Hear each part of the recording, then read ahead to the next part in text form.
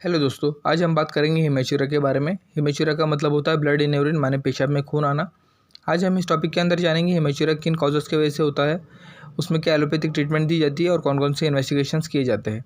Causes की बात की जाए तो हिमेचुरा बहुत सारे कारणों की वजह से हो सकता है, जैसे urinary tract infection, renal stones, prostatitis. Prostatitis माने inflammation of prostate gland, prostate cancer की वजह से हो सकता है।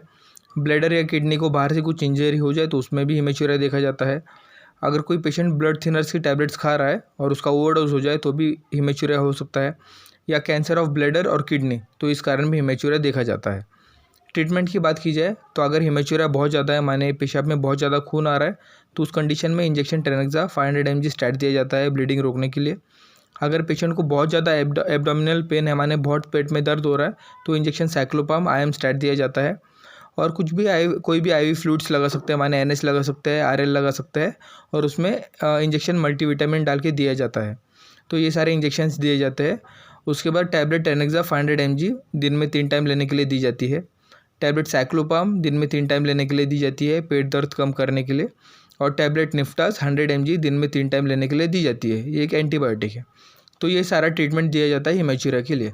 तो अगर इस ट्रीटमेंट से आराम नहीं हुआ और हिमेचुरिया कम नहीं हुआ तो कुछ इन्वेस्टिगेशंस एडवाइस की जाते हैं, जैसे CBC, urine routine and microscopic, x ray, KUB का माने मतलब होता है किडनी, यूरेटर और bladder, USG abdomen and pelvis, prostate specific antigen test. तो ये सारे इन्वेस्टिगेशंस करने के बाद हमें हिमेचुरिया का मेन कॉज मालूम पड़ता है। उसके बाद हमें उस कॉज को ट्रीट करना पड़ेगा, उसको ठीक करना पड़ेगा। उसके बाद हिमेचुरिया कंट्रोल में आ जाता है। तो यही सारे कॉजेज़ होते हैं हिमेचुरिया के और यही ट्रीटमेंट दिया जाता है। Thank you.